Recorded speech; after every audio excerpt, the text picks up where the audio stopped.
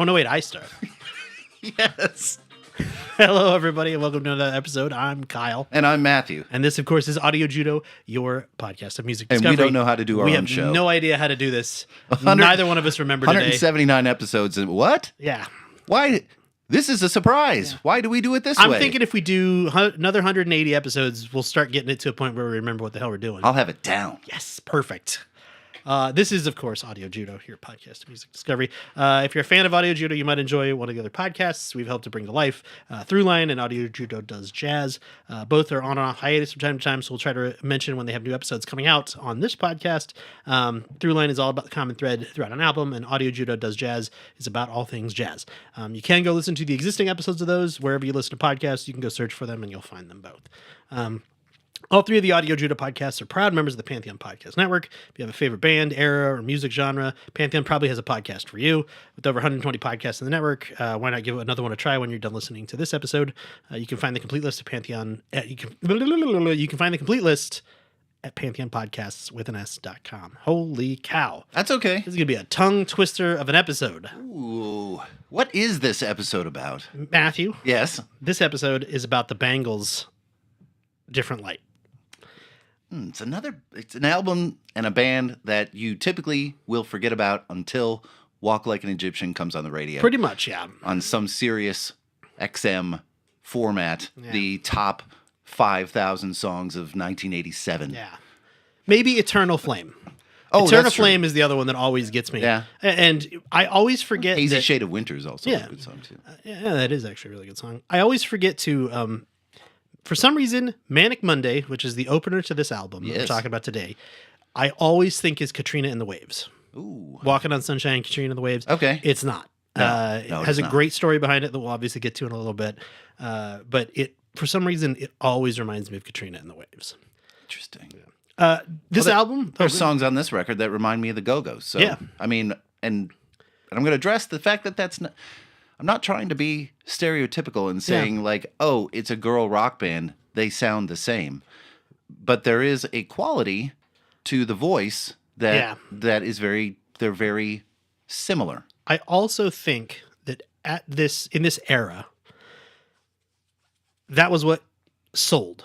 Sure. And so that was exactly what producers and music labels were pushing. And they're like, if any of these bands were like, hey, we actually kind of want to go in this direction, or we want to make music that sounds like this, they were like, great, you can make a couple songs that sound like that, and we're going to dump it on the back of the album at the end. You need to make 3 hits that sound like this, and here's the people that are going to make you do it.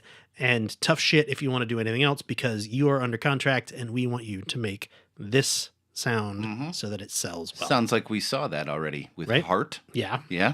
It's again, we're digging up this strange 80s vibe. Yeah. I want to say 82 to 87, 88. Yeah. The meat of the 80s where it was like figuring out a way to make these very commercial, and the more visually accessible you are, the better it's going to do. Thank you, MTV. Yeah.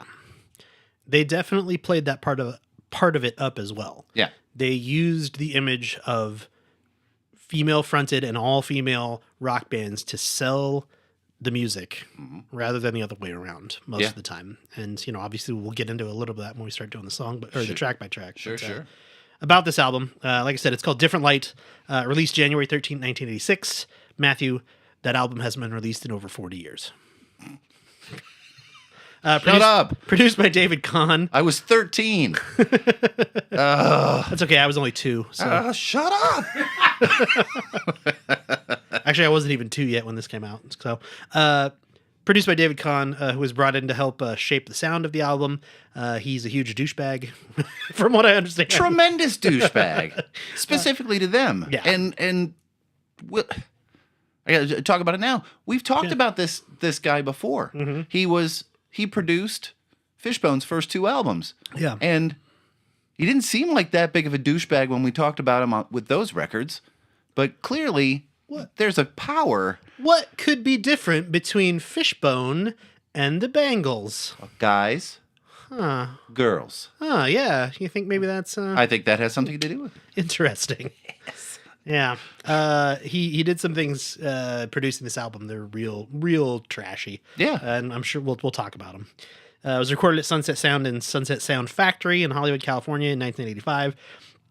Ended up going triple platinum in the U.S., double platinum in Australia, which is 140,000 units, double platinum in Canada, 200,000 units, and regular platinum in the UK, which is 300,000, and platinum in New Zealand, which is 15,000. Went to number 2 on the U.S. Billboard 200, number 2 on the U.S. Cashbox Top 200 albums, Australian albums report. Number 2 on the Australian albums report. God, I wrote this funny. I'm never doing this again. And number 3 on the UK albums chart. It also went top 10 in 6 countries and top 50 in 13 additional countries. Yeah, it was popular. Yeah, very, very popular. It's a decent record. Yeah. It's very accessible. It's very glossy. It's got that very poppy 80s sound to it. Sure. And if that's, again, when we say that these are accessible and fun to listen to and, whatever, it is very much of the time that it was created. The keyboards have that 80s sound to them. Boy, howdy. Yeah. So if that's not your thing, maybe not an album for you. Very thin. It had a weak bottom end. Yes. Yes, there wasn't a lot of punch to it, but records from that era generally did not. Yeah. So that's the sound. Yeah. It's not a bad sound. It's just that's the sound.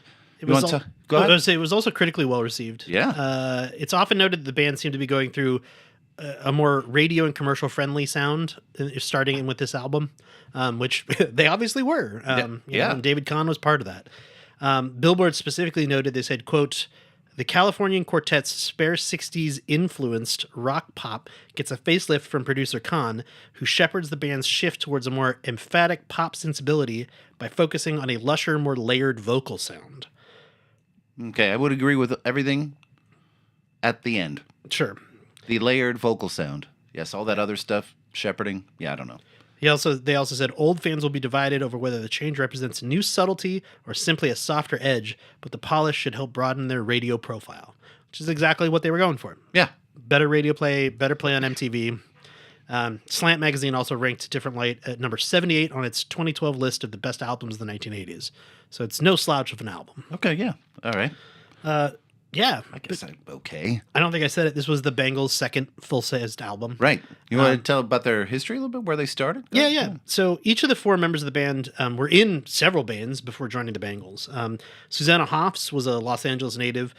She was actually up in college at UC Berkeley in the late 70s, where she was in a band named the Psychiatrists, later the Unconscious, with her boyfriend, a guy named David Robach, who's a founding member of the band Mazzy Star.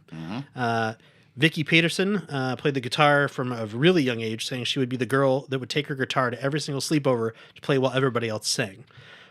She formed a band while she was still in high school and went through several different versions of that band and different names, including Christagali, Aishi, I think is how it's pronounced, The Muse with a Z, The Fans, and Those Girls. Debbie Peterson, Vicky's sister, was also along for the ride in all of those same bands. She was the drummer, and she was like a natural-born percussion talent. She had one lesson, and the rest of what she picked up was from watching other people play the drums and listening to music and playing along to it, which is, we've talked about a couple of musicians that have learned to play the drums this way. Yeah. And I can't remember who the other one was that used to watch, they had a video in the early 80s, and they would watch it on repeat over and over and over again and play along with it. I don't remember, but Carter Beauford. Carter Beauford from Dave Matthews Band. Yeah, there you go. Yeah. Lastly, one of the founding members was a lady named Annette Zelinskis. Sorry. Zelinskis. And it's really hard to find a lot of info about her early life. But it sounds like she was also in several bands, was playing music around Los Angeles around the late 70s, early 80s. In 1980, There were two different classified ads placed in different weekly in the week. I am so tongue-tied today. Yeah, you are. There were two different classified ads placed in a weekly local paper called The Recycler in Los Angeles. One ad was placed by Susanna Hoffs, and the only person who responded to that was Annette Zilnauskas. The other ad was placed by a lady named Lynn Elkind, who was the Peterson sisters' roommate and a band member in the band Those Girls. Susanna called the number to respond to that ad, and Vicky actually answered the phone because they were roommates, and they started to talk, and they found that they had a lot of similar interests. So Susanna left her name with Vicky and said, hey, can you have Lynn get back to me? And Susanna and Lynn actually ended up talking. They didn't really hit it off. They just weren't really into the same things. But Susanna and Vicky kind of got back in touch, and they were like, maybe, you're looking for bands. We should, yeah. At the same time, Annette Zilnauskas had reached out to Susanna about her advertisement, and she said, hey, I'm actually forming this band with these other two ladies. You should come and join us. So they started a band called The Colors in 1981. Shortly after that, they renamed themselves to The Bangs. They started to become part of the Los Angeles underground movement known as the Paisley Underground. Paisley Underground. Which included acts like Rain Parade, Rainy Day, the Dream Syndicate. The Paisley Underground scene, if you're not familiar with it, consisted of bands like those I just listed. They played a mixture of 60s-influenced rock, and Prince actually grabbed the Paisley moniker from them when he started Paisley Park Records in 1985. He was a big fan of a lot of these bands. One of the bands he signed early on was the 3 O'Clock, which was a member of the Paisley Underground. Their album was called Vermilion. It released on his label in 1988 and included a song he wrote called Neon Telephone. Mm-hmm. All of that will be important later. Susanna and Vicky would also later appear on the 1983 self-titled album Rainy Day, which featured members of the band Rain Parade, the band Dream Syndicate, and the band 3 O'Clock. So it all ties together. Yeah. By 1981, Susanna, Vicky, and Debbie had recorded and released a single called Getting Out of Hand, with the B-side song called Call on Me, on their own label that they started called Down Kitty Records. This started to get them some attention, and they signed with a company called Faulty Records shortly after. All four members of the band at the time also recorded an EP in 1982 called The Real World.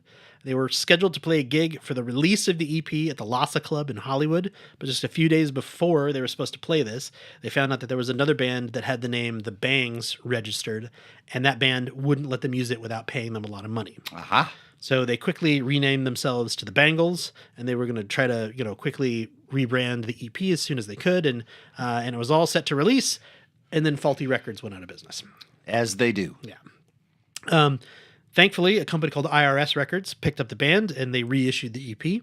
By early 1983, Annette had decided that she wasn't really interested in playing the style of music that the Bangles were starting to play, and she left to form the band Blood on the Saddle.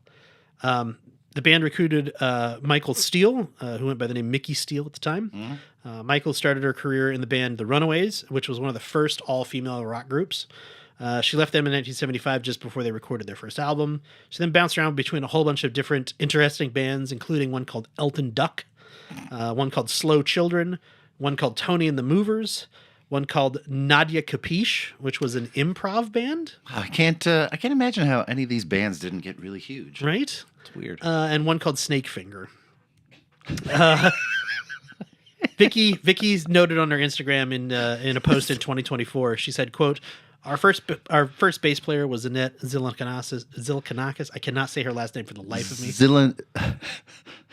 Zielinskis. I apologize, Annette. Our first bass player was Annette Zielinskis, who was 19 at the time, lovely and talented, but loved rockabilly music more than the pop we were writing. We soon found Michael Steele, who was purported to be the best female bass player in town, but was actually one of the best, period. Oh, wow. Yeah. Well, that's saying something. Yeah. This iteration of the band released their first full-length album on Columbia Records. It was 1984. It was all over the place. It received positive critical reviews. It stayed on the Billboard 200 chart for 30 weeks, though the highest it ever got was 80. So it was all over the place.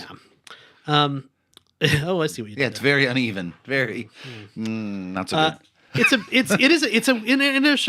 an interesting album. It's a mix of materials written by the Bangles. There's a couple of covers on there, notably a song called "The Merry-Go-Round" by Emmett Rhodes, which they titled "Live" or "Live."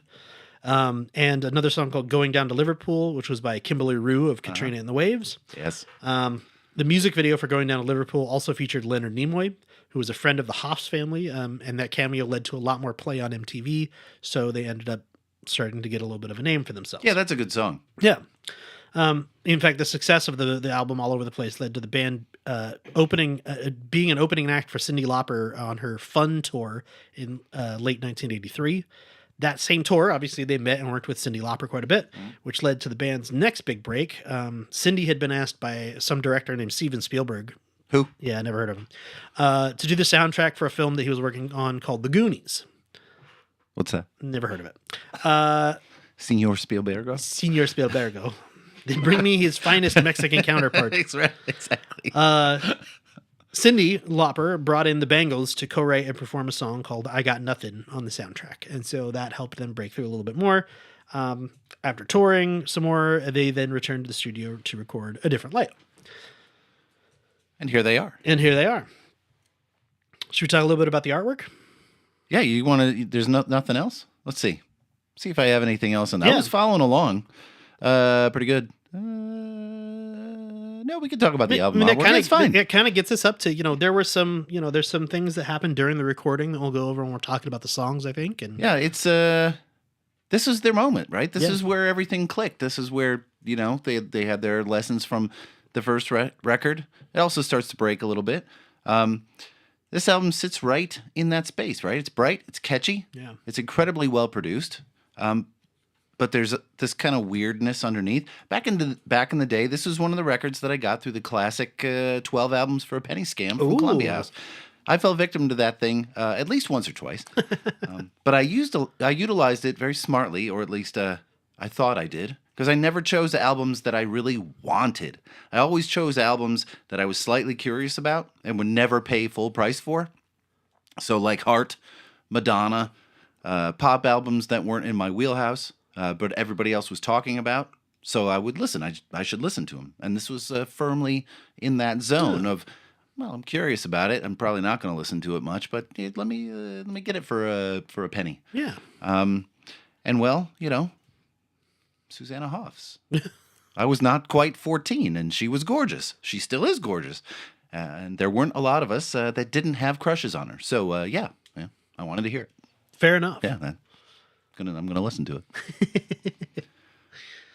Now we can talk about the artwork if you want. I just the cover of this is like really good. It's pretty standard 80s album cover though, right? It's the band. It's kind of a grid of pictures of the band members' heads. 16 individual band photos. Yeah. Over kind of a orange ombre type background. It almost looks like the side of a building, like with windows. When you kind of look at it. Yes. And honestly, from a distance, that's what I thought it might have been. I was like oh, brick? It's like, like they're looking out the windows, but it's not that. And it says Bangles at the top, not the Bangles, just Bangles. Different light at the bottom. Yeah. Art direction was done by Tony Lane and Nancy Donald. He was the designer of iconic album covers for Simon and Garfunkel, for Bridge Over Troubled Water, for Michael Jackson's Bad album. Never heard of it. CCR's Mardi Gras. And Nancy Donald, also worked on Michael Jackson's History album. Yeah. The photography was done by Raul Vega. Raul's award-winning photographs have appeared on covers of magazines such as Time, The New Yorker, Vanity Fair, Rolling Stone, Vogue, Glamour. I haven't heard of any of those. And several of his portraits are collected in the National Portrait Gallery in Washington, D.C. And he received the National Publications Design Award for his Time magazine cover of Carl Sagan. Yeah. So he's quite gifted as well. He also won a Clio Award for directing a public service announcement, but it doesn't list which one. Oh. So I was like, ooh, which one? It doesn't list. I could have probably found it if I had searched a little bit harder. But one other interesting thing that was listed on here was wardrobe by Jenny Shore and Tony Riviera. And I was like, Jenny Shore? Jenny Shore? Yeah. And I was like, that name sounds very familiar to me. It does. And I started looking it up, and Genevieve Jenny Shore was a rock musician who grew up in North Hollywood. She really struggled to find other female musicians when she was starting to play, but after high school, she found some and joined the punk band Backstage Pass. Backstage Pass was known for bridging the gap between glam and punk rock and encouraged a bunch of other kids hanging out and listening to their music to pick up instruments and start their own damn bands. They helped to build the scene. They played a bunch of local gigs in Hollywood as well as San Francisco in support of a variety of bands such as Quiet Riot, The Mumps, Devo, The Nuns, and the opening weekend of shows at the Whiskey, they opened for Elvis Costello and the Attractions in 1977. So pretty well known actually around Hollywood in that time. By 1978 though, she had kind of gotten to a point where she was like, the music thing, the actual playing is fun, but not quite for me. And she kind of stepped back from that a little bit. She was still very much in the scene, but she started working as a wardrobe stylist for a whole bunch of other rock bands. And she co-owned a boutique named Straight Jacket with rock manager Jake Riviera and his wife, clothing designer Antoinette Tony Riviera. The boutique was frequented by bands and musicians like the Bangles, Bruce Springsteen, the Cars, the Cramps, Elvis Costello, the Go-Go's, Nick Lowe, the Psychedelic Furs, and basically anybody who was in Hollywood and in rock went through this boutique and bought some clothes. They also were brought in the early days of MTV as stylists and consultants whenever rock bands were coming on television. So they could be like, hey, we want you to look like this when you come on to play or when you're coming on to do an interview or whatever. Here's a jacket. Here's a coat. Here's a shirt. What? Here's whatever. Yeah. I mean, people just didn't show up looking like that? Right? Crazy. Hey, Mick Jagger just didn't walk around wearing that shit? I mean, I'm sure some of them did, but Now, what? yeah. You've burst... Sorry. You burst the whole dream. Sorry, Matthew. Ah, shh. I can't do this anymore. Sorry. One other thing I think we should mention before we go on to a quick break. Sorry. What? So there are some other musicians on this album. Yes. Mitchell Froom playing the keyboards. Mitchell's an American musician and record producer. He was in the band Crossfire with his brother David Froom, who also played the keyboards. Or two keyboardists in the same band, and they would be on stage left and stage right, straight across from one another, playing keyboards opposite, which I think is kind of cool. Dueling pianos. Yeah. He also played with the band Gamma and David LaFlame's first two solo albums. As a producer, he's worked with a whole bunch of people, including Costello. Yeah, Elvis Costello. He did the first three Crowded House albums, a couple albums for Los Lobos, Suzanne Vega, Paul McCartney, Sheryl Crow, the Indigo Girls, Randy Newman, Pearl Jam. David Kahn is also credited on keyboards and the Lindrum programming for this album. And also being a douchebag. A guy named Rusty Anderson is credited with additional guitars. He has a huge solo career, but he's most known as the lead guitarist for Paul McCartney's touring band since 2001. Yep. Barbara Chapman is credited with additional guitars and harp. Harp. She's more of a harp player. Yeah. I really could not find a whole lot about her, though. She's a harp player. Yeah, just a session musician, it sounds like. William Jones on electric sitar. He was uncredited on the album originally, but he is credited in a couple other spots. It's real hard to find information on him because there's a guy named William Jones who wrote a paper on the music of the Indian subcontinent in the late 1700s. And so if you type in William Jones, it brings up 1 billion searches. If you type in William Jones sitar, it brings up 1 billion searches, all of referencing this guy's paper from the late 1700s. So I don't know if he's actually a real person or what. And I also can't really figure out where this was on the album. That's what I was about to say. Where the hell's the sitar on this album? I don't know. No, it's not it. That's a keyboard. It could have been fed through something so it sounds, different. Huh. But I couldn't pick it out in particular. Nor I. And then Carlos Vega on additional drums. Carlos is a studio musician from LA who's best known for performing with James Taylor. All right. So huge career on that guy too. But, Lots of people. Yeah. Should take a quick break, come back to a track by track. Sure, why not? All right, we'll talk to you guys in a minute.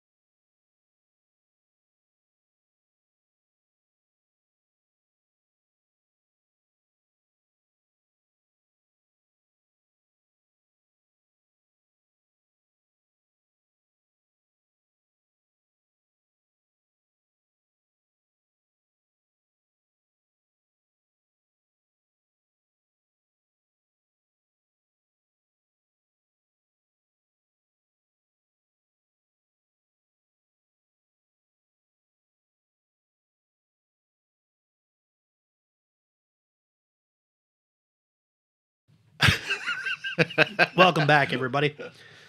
My goal is always to make Matthew just crack up right before we cut back. That's good because So much because you can't retaliate. You can't. I could say the worst things in the world, Right. And you can't retaliate because then everybody's watching. and nobody knows what you said. Nobody knows what I said or what came out of my butt. Oh, monkeys. Manic Monday. That's the song, all right. Yeah. Sure is. This is probably one of their biggest hits. This has become like an iconic 80s sound, obviously. And interestingly enough, written by Prince under the pseudonym Christopher. Just Christopher. Yeah. It was originally written for the band Apollonia 6 in 1984. Yeah. Which, if you don't know, you can go back and listen to our Purple Rain album, and we talked all about Apollonia 6. Apollonia. But they were a one of Prince's project bands while he was making the movie Purple Rain, and they were supposed to hit it big, and he wrote a whole bunch of music for them, and then it kind of fell apart. Prince originally recorded it as a duo with the band, but he didn't like the sound, so he pulled it from their album. That version is available out there from Prince's posthumous album, Originals. It's pretty great. It sounds a lot like this one. It does. They did not change a lot. He did not change a lot either because he recorded it. Well, he recorded it first, then they recorded it. There's not that much difference. So, yeah, like you said, he offered the single to the Bangles under the pseudonym Christopher, and that was the name of the character that he played in Under the Cherry Moon. Yeah. And there's rumors that he offered it in exchange to have sex with Susanna Hoffs. I love those stories. Are so ridiculous, though. This is really funny to me because that is like the dirty version. Yeah. Of like Prince offered her a song if she'd have sex with him. And it's like, all right. There's also other versions where it's like he was madly in love with her and he just wanted to be in the room with her, so he offered her this song. But he's like, but I have to come and watch you play it and help produce it, and so it got him in the room with her. And then there's more realistic versions of it that he liked the way they sounded. Yeah. And he was really good at finding fits for his own songs. Yeah. I mean, he offered Purple Rain to Stevie Nicks. Yeah. And she turned it down because it was too much. Like, you got to take all those stories with a bit of a grain of salt there. Right. He is, however, credited with playing piano, synth, acoustic guitar, bass guitar, and drums, along with some lead and backing vocals on this track. So, as usual, couldn't fully step away from it. Had to be there in the room. Now, let me show you how to play that. Let me just, Yeah, but he was incredibly gifted at every one of those things. Yeah. Probably, no offense to you ladies, probably more gifted than anybody else in the room. Oh, for sure. At all those instruments. So why wouldn't you just be like, you know what? Go ahead and do it. I mean, part of the trick there, too, is just the amount of experience he had as well. Because we're talking about a guy that literally he had a recording studio built into his home. He was recording every day. Yeah, for multiple hours. Yes. So at that point, he was maybe the most comfortable musician in a recording studio that you could possibly imagine. So all of that overhead of like, oh shit, when I play this guitar track, it's going to be recorded and everybody's going to listen to it and scrutinize it. That was gone for him by this point. Yeah. So he's just playing. Yeah. It is a fun song. It's a story about a woman waking up for work on a Monday and all the shit that she has to go through because she was dreaming about a much funner time. Well, yeah, it's a universal feeling, right? Waking up, dreading the week ahead of you, and wishing that you had one more fucking day off. Yeah. Like, why couldn't this just be Sunday? Yeah. Susanna Hoffs said of Manic Monday, quote, "When I first heard that Oh Whoa melody, I thought of the Velvet Underground. Then when I heard the title, I thought of Jimi Hendrix, who sang a song named Manic Depression. But then with the Monday part and the harmonies, I thought of the Mamas and Papas. It has a lot of the elements of emotion and style that the Bangles connect to, and young people really pick up on the nursery rhyme appeal. Like Sally Go Round the Roses, there's a nice simplicity to it. Yeah. And I think that, like, you look at all of those and it's like, okay, the Paisley Underground sound was all of that kind of 60s rock stuff. And all the bands she listed were all 60s rock It's stuff. like psychedelic pop. Yeah. It makes perfect sense. Yes. And it sounds like this.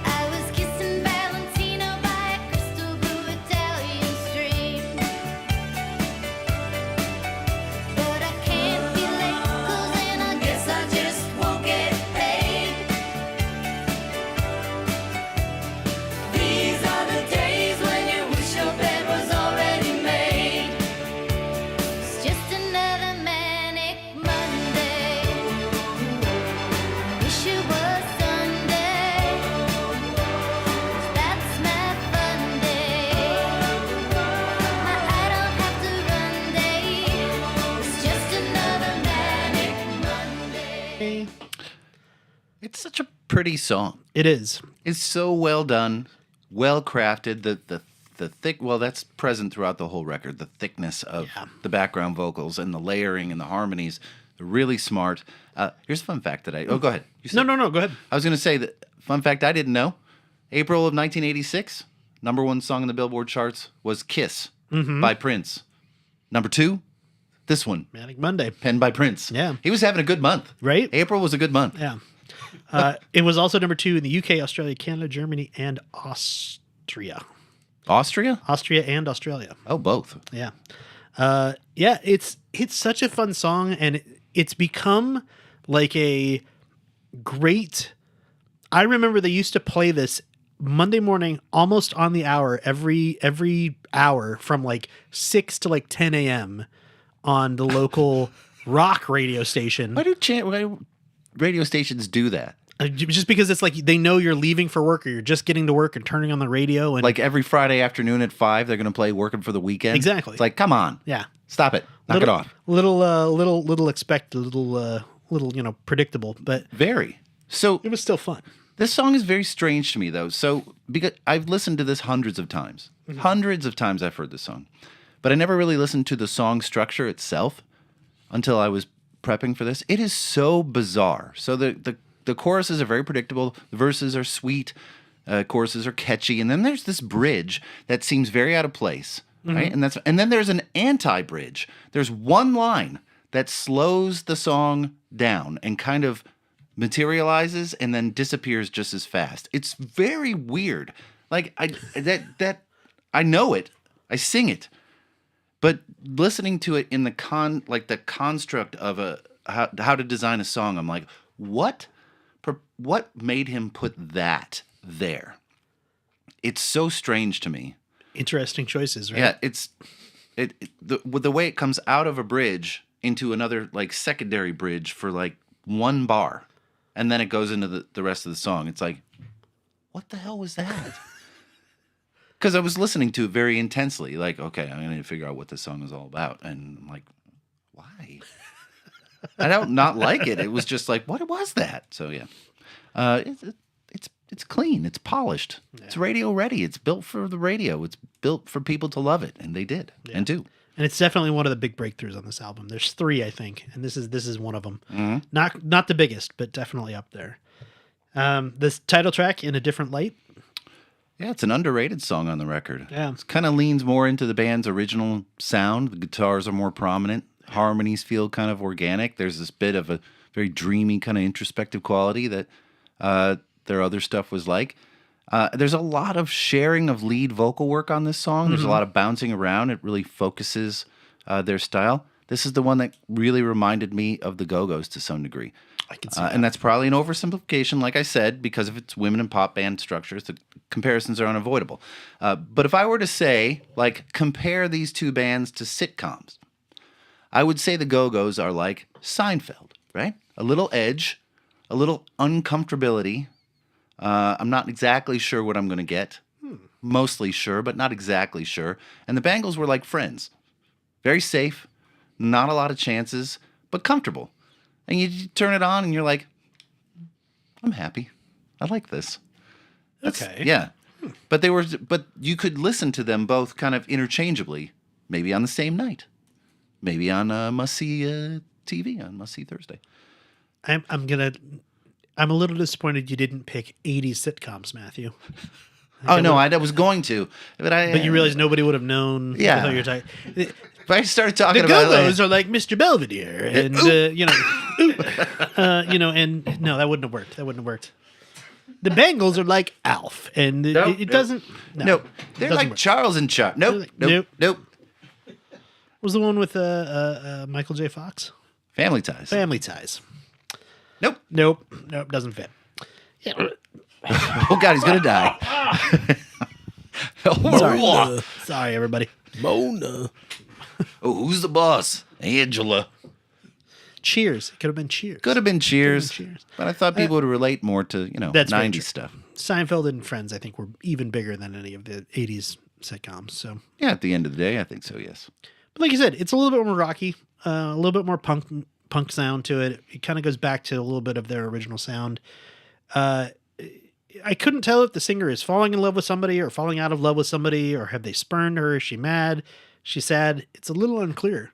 I don't think it really matters, but you can tell that there's something going on with their relationship. Definitely. And it sounds like this.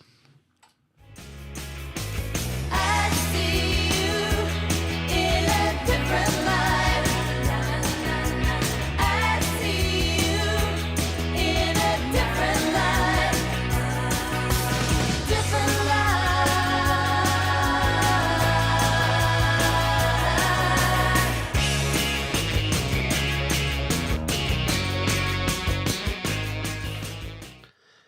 It's got a really fun guitar too. That like kind of wow wow wicka wicka wow wow wicka wicka. It's a fun sound. It almost sound the sound that you just made was the Bulls on Parade. no, it was not Bulls on Parade. Well, it could have been, It was, but it was also China Grove by the Doobie Yeah, Brothers. by the Doobie Brothers.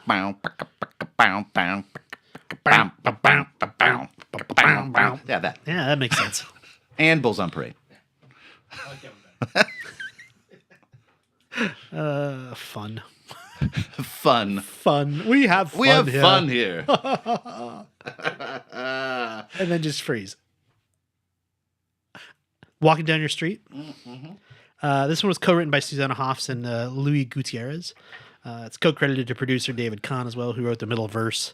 According to Miles Copeland, the Bangles manager, this is where David Kahn's bullshitty shenanigans really start to come out. Dick. He would say, I don't like the middle bit, so you've got to rewrite it. And they'd go home and they'd rewrite, and he wouldn't like that one. He'd say, I wrote one, listen to this. They'd say they like theirs better, and he'd say, let's drop the song then. So basically, he was holding them hostage. Yeah, that's such a power dick he was move, like, man. He was like, screw you. I wrote a middle verse. We're putting it in here, so I get songwriting credit for it, and you don't get a say in it. And if you try to talk back, we're done. We're going to drop this song from the album. That's some major bullshit. Yeah, right there. it is. It is. And like I said, you know, he worked for Fishbone, produced 2 ska records, Yeah. and then does this glossy pop record. It's weird. It's very strange. This song, though, big hook, big chorus, you know, built for radio, reached number 11 on the Billboard Hot 100, was the first Bangles original song to chart that high. Yeah, it's just bizarre. Yeah. It's performed in a way to make it sound like kind of the Supremes or the Shangri-Las, like the vocal style. And that really makes sense when you listen to it. It sounds like this. Shangri-Las. The Shangri-La. Walking down the street, walking down the street, walking down the street, down the street. Oh no, I can't stop the way I feel, so I keep walking on.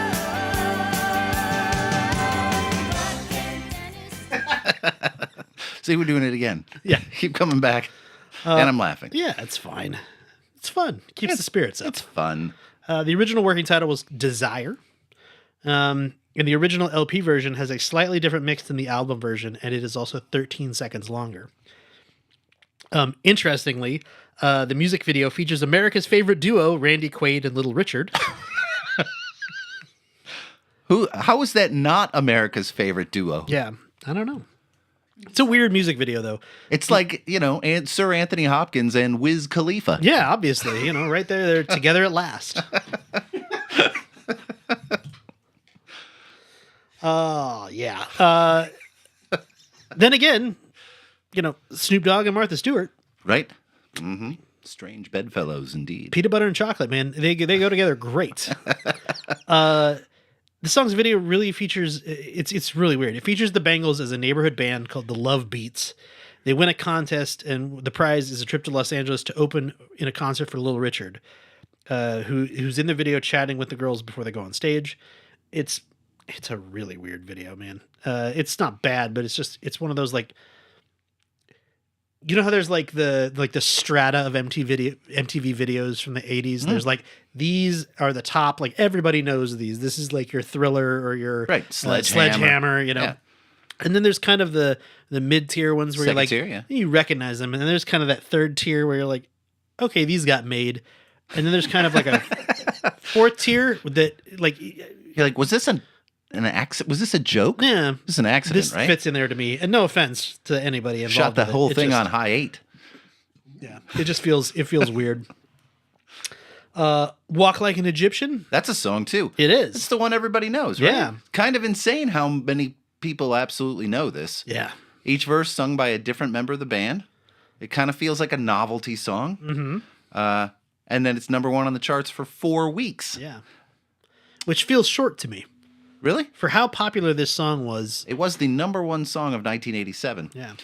Songwriter Liam Sternberg wrote the song. He got the idea when he was on a ferry boat and saw people struggling to keep their balance. The way they held their arms out and jerked around made it look like they were doing Egyptian movements. And if the boat moved suddenly, they would all topple over. I think that's awesome. You know about Liam Sternberg? Yeah, interesting dude. He's one of the founders of what was called the Akron sound. The Akron, Ohio had a sound. News to me. Yeah. Like Devo was kind of the big band from the Akron sound. Devo's from Akron? They also helped bring it to the mainstream How did I not know via this? a compilation album, Matthew. What? Liam and Devo kind of brought the Akron sound Uh-huh. to the mainstream with a compilation album that was promoted by your favorite, Robert Christgau. Oh, son of a bitch. So the Akron sound exists as a result of Robert Christgau. Is he from Akron? I don't know. I need to find this I out. would absolutely say that he probably is, Oh but my I God. cannot prove that. So One more reason not to go. Sorry, Akron. Or like acrid. Yo, He moved to L.A. though. Huh? He moved to L.A. Yeah. This guy, yes, Liam yeah, Sternberg, yeah. moved to L.A. because Akron was in musical decline and actual literal decline. Sadly, yes. And L.A. was where the music scene was. So that's where he pitched his demos. And Walk Like an Egyptian demo with vocals by Marty Jones got the attention of Bangles producer David Kahn, and who had them record the song. The famous whistling after the guitar solo was completely machine-made, Yeah. according to Vicky Peterson. And Debbie would mime it in concert. That doesn't work. It's weird. It's fun. It's catchy as hell. Yeah. And although it was present on the first 2 songs, this is the beginning of the Bangles' love affair with the tambourine. I swear to God, I hear it on every frickin' song they do. There's tambourine on every song. Yeah. Walk Like an Egyptian sounds like this. What does it sound like?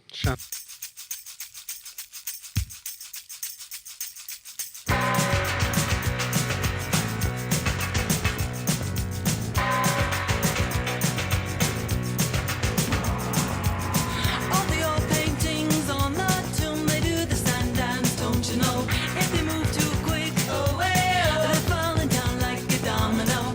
All the buzz on men by the Nile, they got the money on a bet. Gold crocodiles, they snap their teeth on your cigarette. See, I did it again. Did it again. That's the same quote that my buddy on the golf course does every time he quotes Sean Connery. Sean Connery. That's the quote. That's Give horrible. him a little smack. Yeah, like you said, Vicky sings the first verse, Mickey sings the second, and Susanna sings the third. Debbie was originally supposed to sing the whole thing, but producer David Kahn had each member audition the lyrics to determine who would sing what verse. He would end up putting Debbie on backing vocals only. This was made even worse when he used a Linn drum machine to supplement and replace some of the drumming on the track. This became one of the big points of tension for the band. And up to this point, they had insisted that there be as much equality between the 4 members as there could. So even on the cover, 4 pictures of each member of the band. When they were singing, hey, you'll take vocals this time, you'll take vocals next time. Maybe we'll all sing on this verse. Maybe you'll take some on this verse, this verse, this verse. And here, David kind of pushed them away from that, and the band didn't really stand up and say no. Right. And because of that, it started to form some cracks. They used a different producer for their next album, a guy named David Sagerson. But the riffs between the band members started to grow, and Susanna began to be more in the spotlight. By 1989, they had actually broken up. Yep. It's also kind of screwed up. I thought I put this story in here, but apparently I did not. The way that David actually cut these vocals was, oh no, maybe that's a different, excuse me. I think this is actually a different story. We'll come back to this one. Oh my God. Sorry, Everybody. everybody. Standing in the hallway. Yeah. It's Walk- a little slower, Yeah. right? Walking down the street, standing in the hallway. These are just all things that you just do when you're bored. It's just, it's stuff that you do. It's a little more emotional. It's a little sadder song, right? It's interesting. I think we get warped into believing that the Bangles were just a band for Susanna Hoffs. Yeah. Much like the Go-Go's were a band for Belinda Carlisle, or so we thought. But when you break it down, it is a community band. There isn't really a lead singer at all. They all share the work. This one's sung by Debbie Peterson. And that was the cause of the eventual rupture of the band, because as the band gained popularity, the focus became Hoffs, which pushed the band apart, as it would. I mean, that was natural. If she's going to sing the popular songs, the songs that do become hits, she's going to be the face on MTV. Exactly. And that's just the nature of what was happening at that point. Yeah. Yeah. Sad. It is sad. This is one of the shortest songs on the album. It's only 2 minutes and 56 seconds long. Out of the 12 tracks in here, 4 out of the 12 are under 3 minutes. Pop and songs. 11 out of the 12 are under 3 minutes and 30 seconds. Yeah, they're all pop songs. Yeah, There's only one that's over 4 minutes. Yeah, they're all radio play pop songs. And what's weird is when you listen to the one that is over 4 minutes, it sounds like it's 8 minutes long because all the other ones are so short. Exactly. You're like, holy crap, it's still going. Yeah, it warps it because of that. Co-credited to David Kahn, who apparently changed a bunch of stuff on this song as well. It's clearly a breakup song. The singer gets a call and then the relationship is over. And it sounds like this. Standing in the hallway, trouble coming my way. You called me on the telephone, guess I'm gonna be alone. Where did our love go? Where did it go?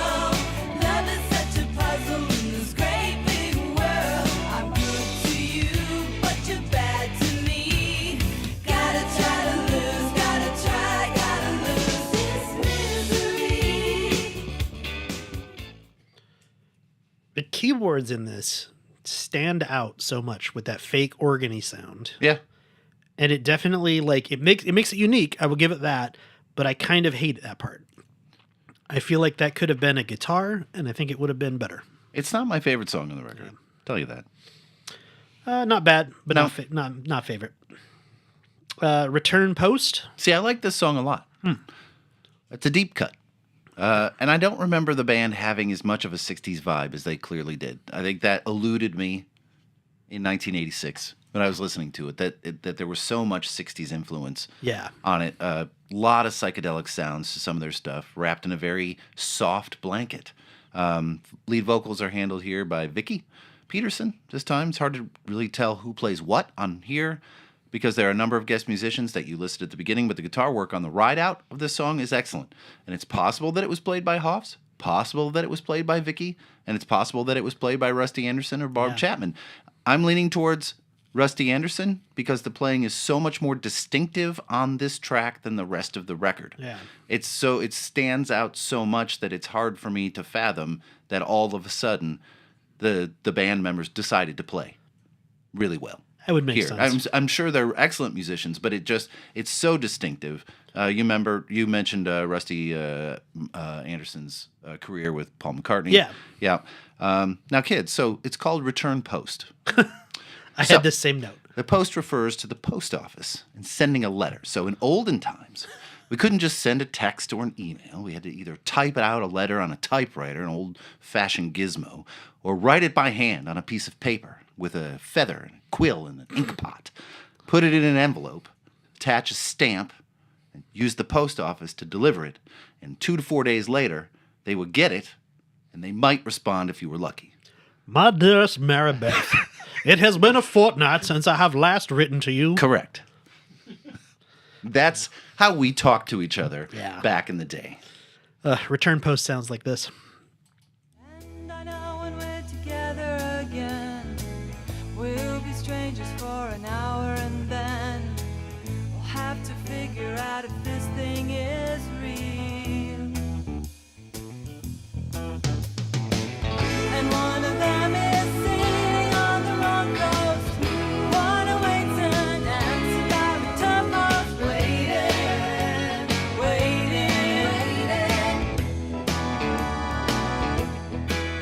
Sing that? Kip from Bosom Buddies? Yeah, there's actually, I mean, the one thing that is nice about this song is it adds yet another song into that genre of like love letters that took too long to get where they were going. Obviously one of the most famous ones is Return to Sender, Sure. written by Winfield Scott and Otis Blackwell, performed by Elvis Presley. But there's a bunch of others. Interesting idea today to think that within, 25 years ago, this was still kind of the norm, and that's all gone now. Yeah, it's all gone. Yeah, totally gone. It's such an interesting song, though. This is the one that I was talking about that has a really long ride out. And I think it's this song that it goes from this swing. At the very end of the song, it straightens out into straight time out of swing. Yeah. And it's jarring at first and then kind of cool. And then it goes back into the swing. And I'm like, oh, so someone is really creatively having a good time composing these songs, structuring these songs. Yeah. And I think that's important. I think that may have been missed by a lot of people back in the day. Yeah, very talented musicians. They are. Just saying. Yeah. If She Knew What She Wants. If She Knew. Yeah. Another outside written track. Yeah. Written by Jules Shear. She Knew What She Wants was released on February 8th, 1985 on Jules Shear's second solo album, The Eternal Return, to critical acclaim. Yeah. Their version, the Bangles version, hit number 29 on the Billboard Hot 100, 28 on Cashbox. His version is essentially a love song written in the third person, and the Bangles rewrote the lyrics when they covered the tune the following year, changing them to third person. So it's more appropriate. More appropriate. It's gorgeous. I love this song. It is. It's a great song. The call, I think it has a lot to do with the call and response, which is by no means unique, but it's done differently here, and it's very cool. Yeah. How they're finishing those stanzas.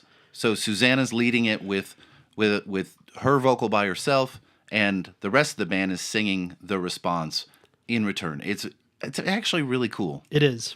It sounds like this.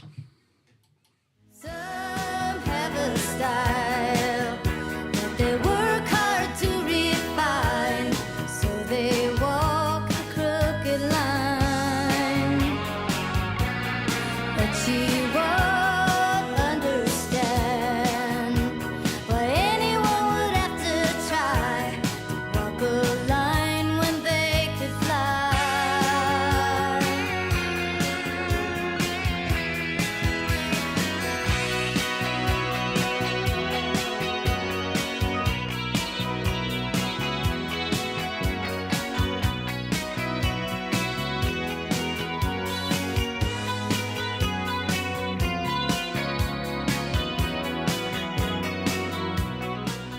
Still treated. Yeah, I could believe that. That's probably the sitar. You're probably right. I just said while we were away that might be the sitar that we were trying to place earlier, where that actually comes on the album. This is a fun song. This is kind of the third hit from this album. It wasn't anywhere near as successful as the other two. No. But this is, it still gets some radio play. I remember hearing this one growing up, on the radio from time to time. So it's a little bit better known. I would never have guessed that this was the Bangles, though. It sounds absolutely like a Stevie Nicks song to me. Ooh. But Huh. Really? yeah. See, and it's disappointing that we need to point out that the three singles, the three significant hits off this record, none of them were written by them. Yeah. But that, like we addressed at the beginning, that was kind of what was happening. There was a much bigger market for songwriters Yeah. during that period to sell singles, lots of singles.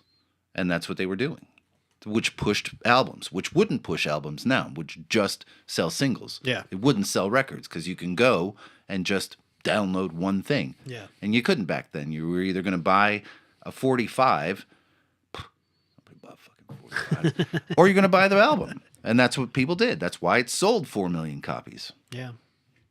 Just let it go, Matthew. I can't. Oh, that's the next song. Oh.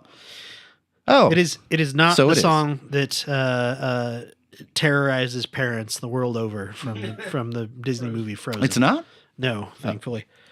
This is a short little song. I think it's about the end of a relationship, but it also might become it might also be about becoming disillusioned with fame.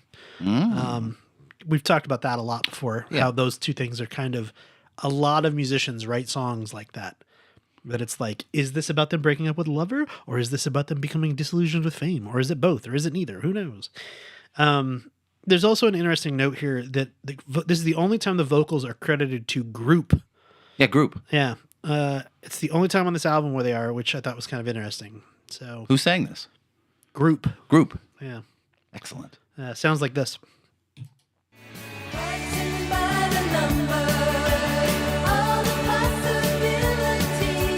Changing minds and hopes to find one more dream to remind you what is lost can always be regained.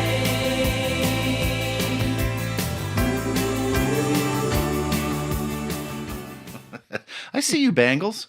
There's more energy here, a little more edge. Yeah. Right? Band's pushing back a little bit against the polish.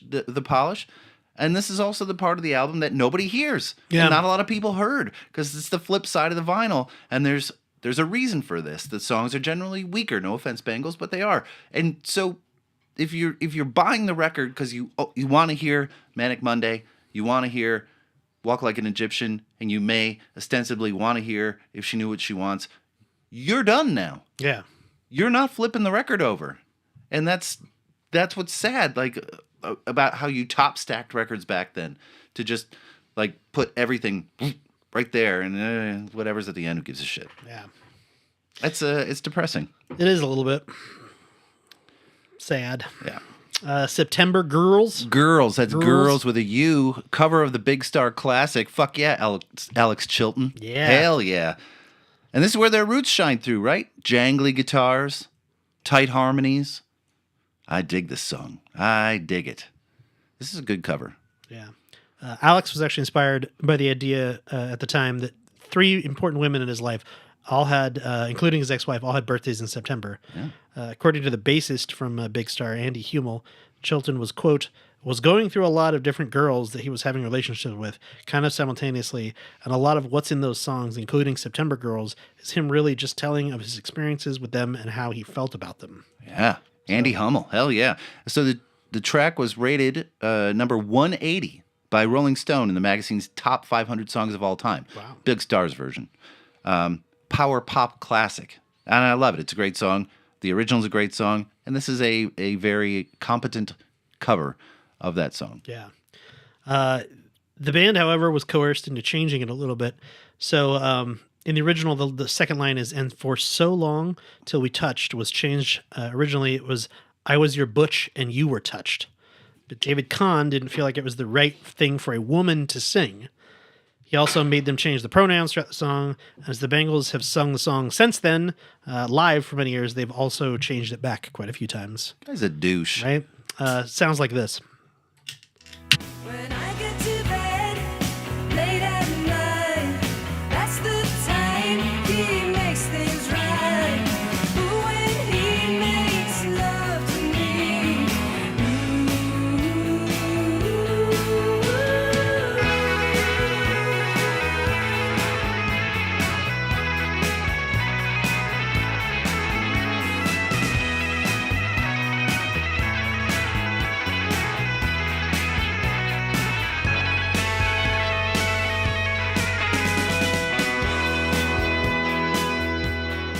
Sitar.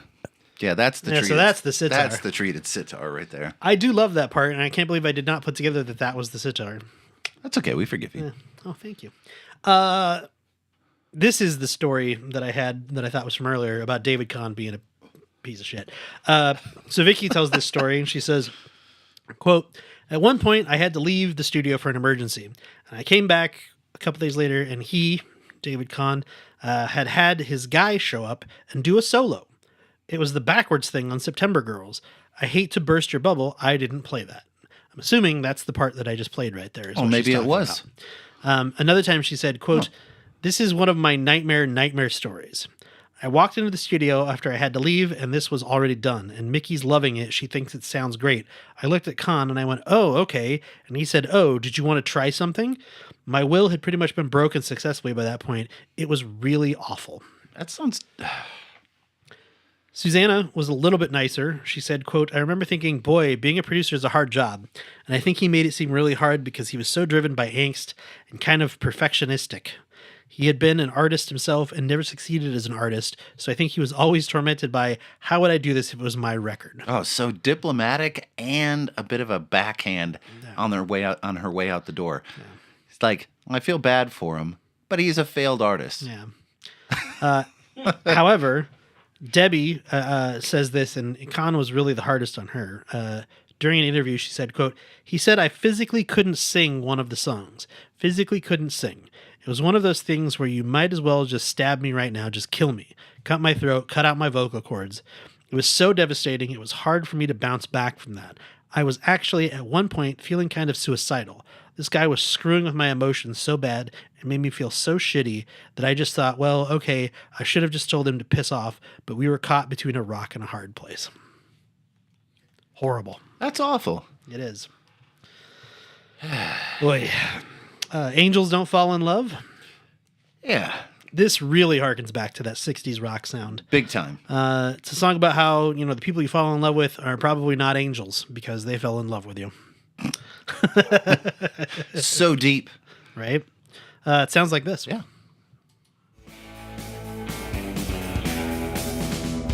I saw you today. Yeah, she's lovely. You're such a heavenly pair. You hope and you pray. Someday she'll take you all the way there. I love this song. Do you I think really? I think it's great. I think it's a good song. I think that it suffers from being the B-side of the album. Yeah. I think it suffered from not getting promoted properly. And I think that the timing of it was just poor because they had these other big hits and there was no room to push this one through. I think this it's a one would fine have been a song. much It doesn't- bigger song. It doesn't really stick out much for me, but it's all right. It doesn't. I don't know. I don't know. It hit me just right. And I was like, okay, yeah, this I could do. Following. Yep, that's a song. Yeah. Written and sung by Mickey Steele. It's a folksy acoustic guitar ballad on kind here. of fragile. Yeah. Yeah. I like this one. It's kind of unexpected on this album. I think it probably should have been the closer to the album. I agree. I think that this and the next song should have been flipped, and I think it would have been a Flip-flop, little bit better. But yeah, it sounds like this. Why do you call me? I know you look for me. Why do your eyes follow me the way they do?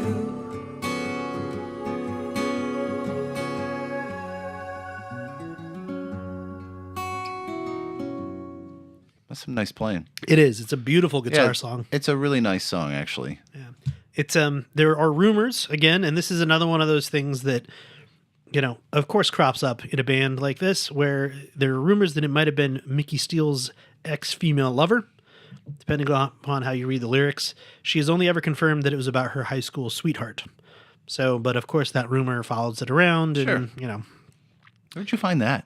I believe that was on the either the Song Facts page, maybe. Oh, I didn't see that at all. Yeah. And I was looking for something on this one because I really like this song. I couldn't find shit. Yeah. Not Like You. What about You Don't Like Me? No, that's the next song, Matthew. Another early rockish sounding song. Yeah, it's a little more familiar, a little bit more back to earlier times, and I agree with you. It should have been Flip Flop. This song should have been the next to last song. Yeah. It just kind of lays there as the last song. You want to end with something like memorable. Yeah. Not Like You sounds like this. Busted down and broken all in two, but you never thought this would happen to you. Wake up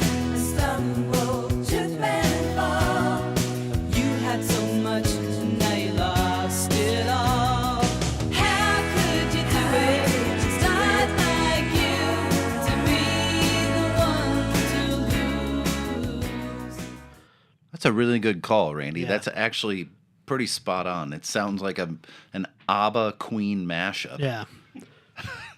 It's definitely the tempo and the bass line pull that song along.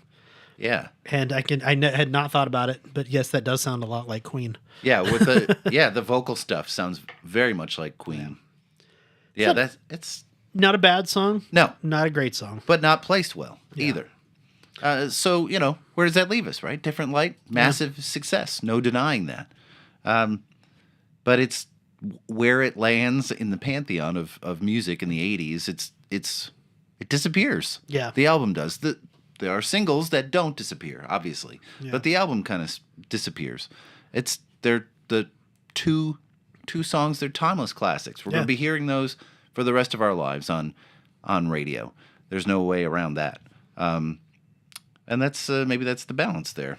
Some are good, some are duds. Yeah. You get duds sometimes. Ultimately, I think that this is a pretty good album. I like it quite a bit. It's another one of those albums where I had not heard anything but the 3 hits from this. Oh, okay. Yeah, none of these other songs I was familiar with at all. And I think that these are the type of things that we should dig up and put back out there, and promote, because I think that there's a lot of talent there. There's a lot of skill there, and the stories behind it I think are super important, because this was the beginning of modern pop music. Yeah. So, And they're okay, so I can honestly say that I probably have not listened to this record from front to back for 38 years. Sure. Maybe more. But listening to it, going on a walk and listening to it, like I knew so many of the words, so many of the changes, and that stuff just, becomes part of you, especially through your adolescent years when you're, forming who you are.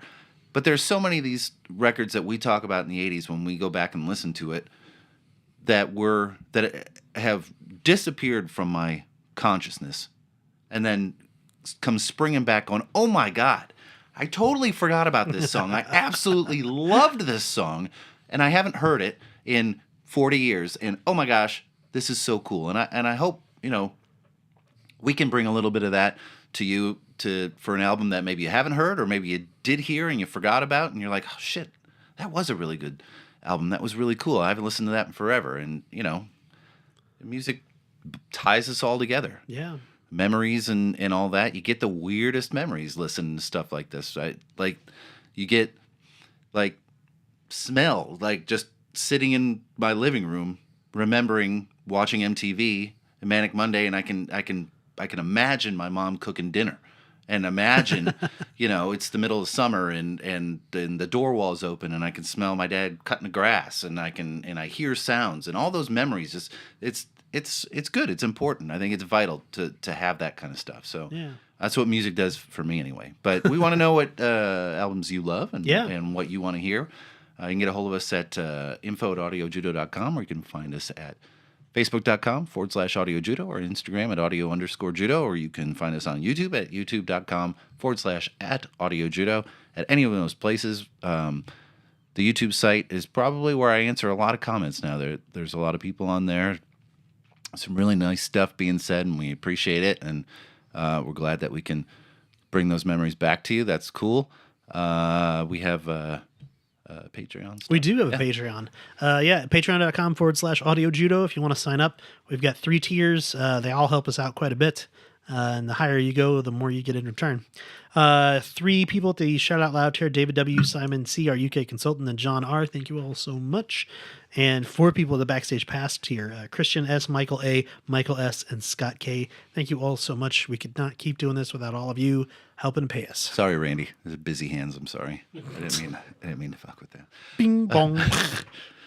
So we have our next episode's going to be another Rush episode. Obviously, we're doing Vapor Trails from 2002. So that'll be a good one, good and long one, good and sad one. Yeah. Lots to talk about.